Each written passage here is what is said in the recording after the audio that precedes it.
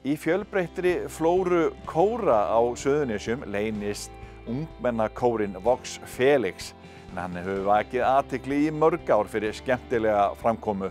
Kórinn hélt tónleika í Stapanum nýlega og flutti margar Suðurnesjaperlur, meðal annars í tilefni af því að Reykjanesbær er 30 ára á þessu ári.